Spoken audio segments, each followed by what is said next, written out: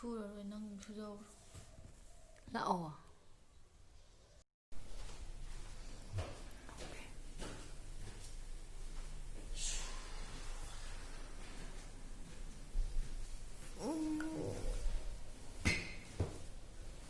ꯄꯨꯡ ꯀꯌꯥꯗ ꯇꯨꯝꯒꯦ? ꯑꯁ ꯇꯨꯝꯃꯝꯗꯧ ꯈꯪꯗꯦ. ꯑꯩ ꯃꯊꯛꯇ ꯀꯩꯗꯧꯕꯒꯤꯅꯣ? ꯇꯨꯝꯅꯤ. ꯀꯩꯒꯤꯅꯣꯕ?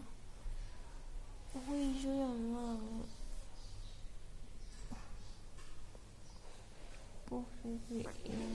ꯀꯣ ꯄꯥꯏꯕꯤꯌꯨꯔꯥ? ꯁ꯭ꯋꯥꯏꯗ?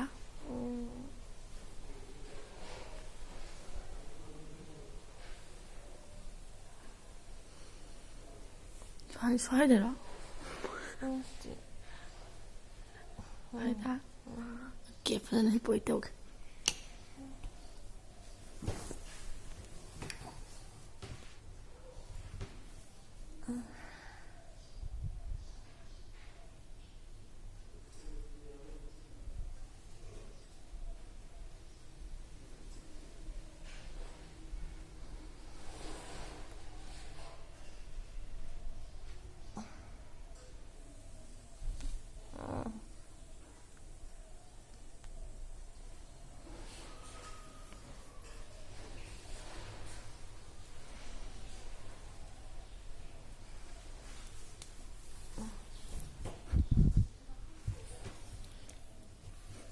ꯁꯣꯝꯗ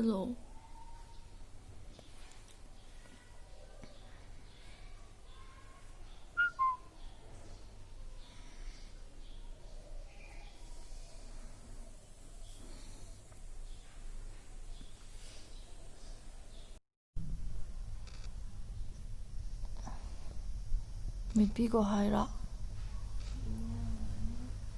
ꯍꯧꯒꯠꯂꯣꯗꯅ. ꯑꯩ ꯇꯨꯝꯅꯤꯡꯉꯦ.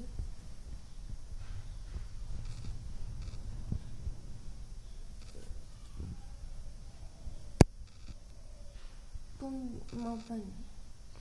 10 ꯇꯥꯔꯦꯍꯦ.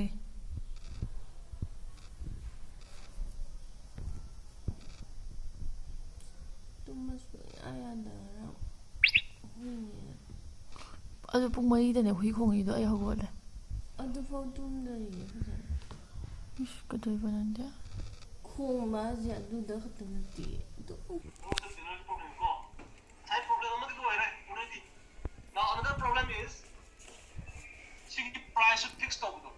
ꯂꯥꯎꯁꯜꯂꯨꯔꯦ. ꯆꯦ!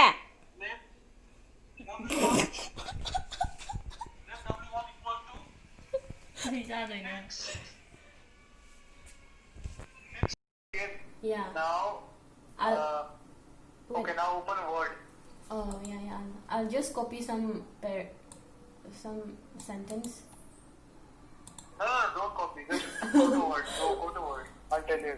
Basic screen. Oh, okay. Is it visible? Now it is. Oh, okay. Why did Is you it click on visible? this document? Okay, fine. Go down. It's not visible. I'll tell you. ꯑꯩꯈꯣꯏ ꯆꯦꯅ ꯅꯍꯥꯟ ꯑꯩꯉꯣꯟꯗ ꯃꯥꯏꯗ ꯀꯣꯌꯦꯛ ꯌꯦꯛꯁꯟꯕꯗꯣ, ꯑꯗꯨꯒꯤ ꯑꯩꯅ ꯑꯃꯨꯛ ꯌꯦꯛꯁꯟꯗꯣꯏꯕ.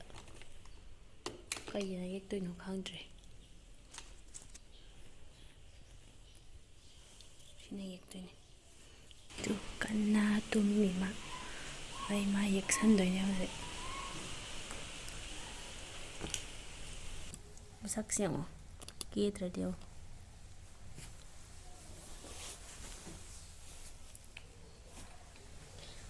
ꯅꯨꯡꯊꯤꯟꯗ ꯌꯥꯝ ꯇꯨꯝꯕ ꯀꯟꯕꯅꯦꯁꯦ. ꯁꯤꯈꯩ ꯇꯨꯝꯕ, ꯑꯗꯨꯒ ꯉꯥꯏꯍꯥꯛ ꯂꯩꯔꯤ ꯅꯥꯈꯣꯔꯛꯇꯣꯏꯕ ꯑꯗꯨꯒ.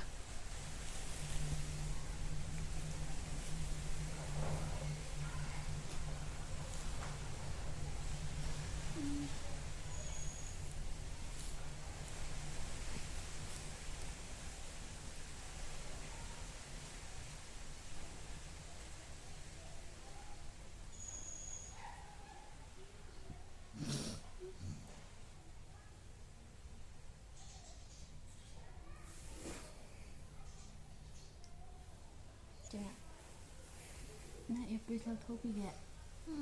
ꯐꯖꯅ ꯇꯨꯝꯃꯣꯕ. ꯇꯨꯝꯕꯗ ꯅꯪ ꯑꯦꯌꯔꯄꯤꯁ ꯍꯥꯞꯅꯒꯦ. ꯐꯣꯟꯁꯦ ꯂꯧꯊꯣꯛꯀꯦꯀꯣ. ꯅꯨꯃꯤꯠꯁꯨ ꯀꯩꯅꯣꯝ ꯄꯛꯑꯦ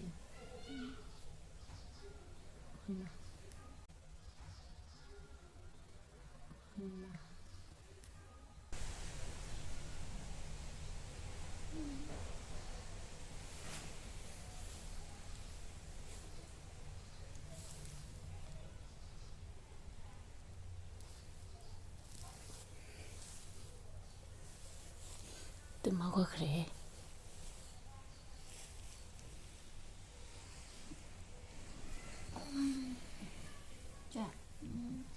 ꯍꯦꯗꯐꯣꯟ ꯂꯧꯊꯣꯛꯀꯦꯕ ꯅꯪ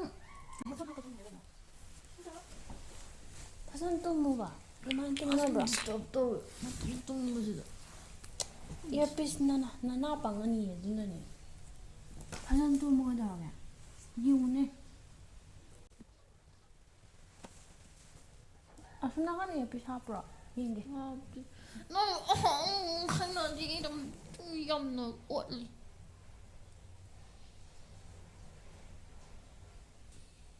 ꯕꯨꯠ ꯃꯥꯟꯗ꯭ꯔꯥ ꯑꯩꯁꯨ ꯆꯨꯝꯒꯦꯔ ꯑꯁꯣꯝ ꯆꯪꯁꯤꯜꯂꯣ ꯑꯩꯁꯨ ꯈꯔ ꯇꯨꯝꯒꯦ ꯅꯊꯟ ꯇꯨꯝꯃꯤ ꯍꯥꯏꯕ ꯑꯅꯥꯕꯗꯅꯦ ꯅꯪꯅ ꯐꯝꯃꯤꯗꯣ ꯀꯩꯅꯣ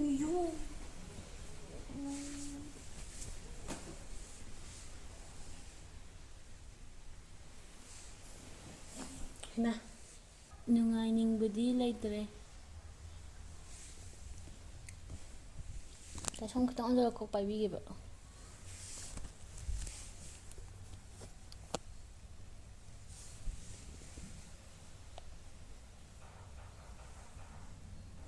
ꯁ꯭ꯋꯥꯏꯗꯤ ꯅꯥꯕ꯭ꯔꯥ ꯁ꯭ꯋꯥꯏꯗ ꯑꯗꯨ ꯅꯠꯇꯦ ꯁꯤꯗ ꯄꯥꯏꯒꯦ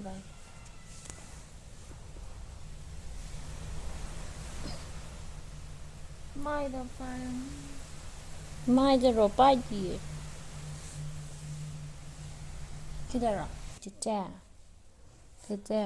ꯍꯥꯎ ꯅꯪ ꯑꯩ ꯐꯤ ꯈꯔ ꯁꯨꯕꯤꯌꯨꯀꯣ ꯑꯩꯅ ꯃꯥꯂꯤꯁ ꯇꯧꯕꯤꯔꯕꯅꯤꯅ ꯐꯖꯅ ꯇꯧꯔ ꯍꯧꯖꯤꯛꯇꯤ ꯅꯨꯡꯉꯥꯏꯕ꯭ꯔꯥ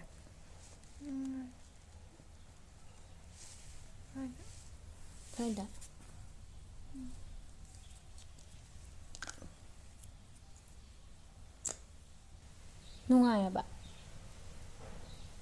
ꯅꯨꯡꯉꯥꯏꯕ꯭ꯔꯥ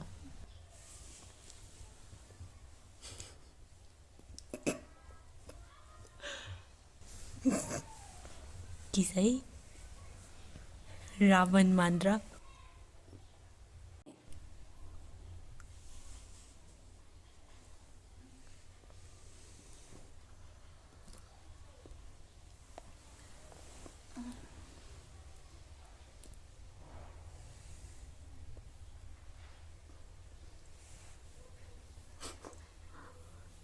ꯔꯥꯕꯣꯟ ꯃꯥꯟꯗ꯭ꯔꯣ ꯔꯥꯕꯟ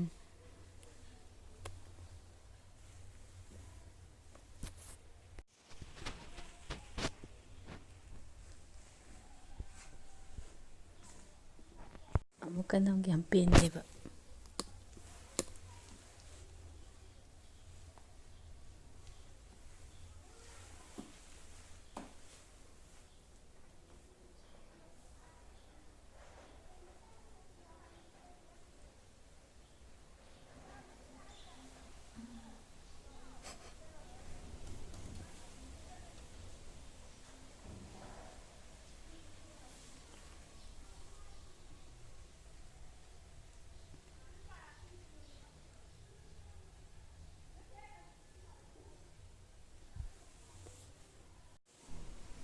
ꯆꯦ ꯐꯤ ꯁꯨꯔꯨꯁꯤ ꯂꯥꯛꯑꯣ ꯍꯥꯏꯕ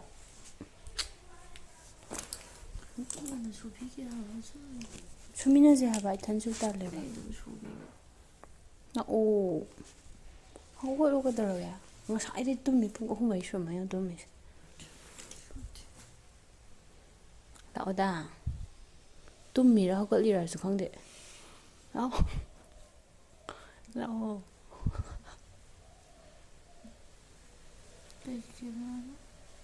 ꯐꯤ ꯁꯨꯃꯤꯟꯅꯁꯦ ꯍꯥꯏꯕ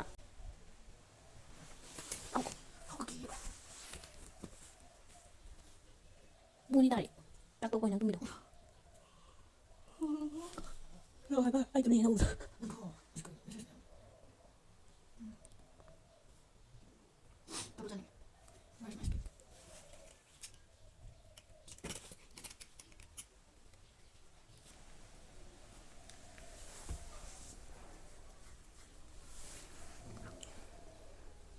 ꯁꯨꯔꯔꯣꯏ ꯅꯪ ꯁꯨꯖꯧꯔꯣ. ꯂꯥꯛꯑꯣ ꯅꯝꯃꯔꯣꯏ ꯚꯤꯗꯤꯑꯣ ꯅꯝꯃꯔꯣꯏ ꯂꯥꯛꯑꯣ ꯅꯝꯃꯔꯣꯏꯕ